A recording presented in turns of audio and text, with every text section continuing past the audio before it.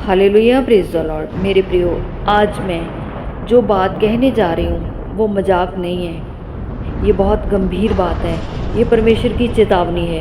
परमेश्वर हमसे नाराज़ इसलिए नहीं कि वो हमें सज़ा देना चाहता है, बल्कि इसलिए कि हम बार बार उसकी आवाज़ को अनसुना करते हैं। वो हमें बुला रहा है कि लौट आओ मेरे पास, क्योंकि समय बहुत निकट है।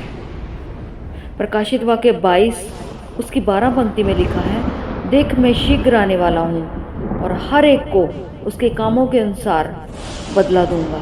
हालेलुया। इसका मतलब है कि परमेश्वर किसी से अन्याय नहीं करेगा। हर एक को वही मिलेगा जो उसने बोया है। अगर हमने पाप बोया है तो पाप का फल मिलेगा। अगर हमने भलाई बोई है तो आशीष का फल मिलेगा। हालेलुया। लेकिन आज क्या हो रहा है? दुनिया अपने रास्ते पर भाग रही है। लोग सोचते हैं अभी तो वक्त है, बाद में बदल जाएंगे। पर सच्चाई ये है कि वक्त किसी का इंतज़ार नहीं करता। नूह के समय भी लोग यही सोचते थे।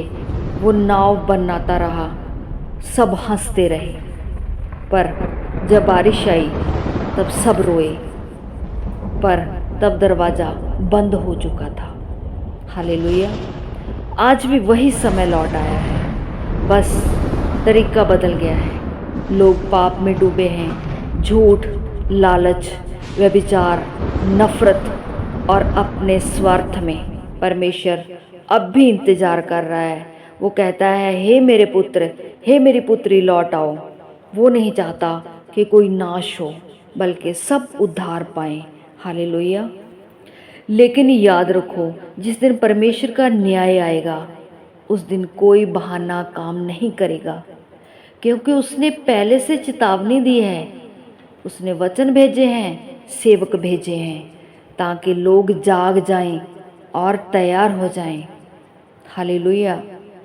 इसलिए आज अगर तेरा दिल ये बात सुन रहा है, अगर तू महसूस कर रही है कि हाँ ये वचन मेरे लिए है, तो अभी इसी समय घुटनों पर झुक जा और कह, हे मेरे प्रभु, हे मेरे प्रभु यीशु, मुझे माफ़ कर, मुझे अपने रास्ते पर चला, क्योंकि वही तुझे नया जीवन देगा।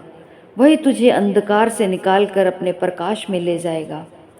भाइयों और बहनों, परमेश्वर की चेतावनी डराने के लिए नहीं होती, ये बचाने के लिए होती है। वो चाहता है कि तू तैयार हो, क्योंकि उसकी आवाज़ बहुत पास सुनाई दे रही है।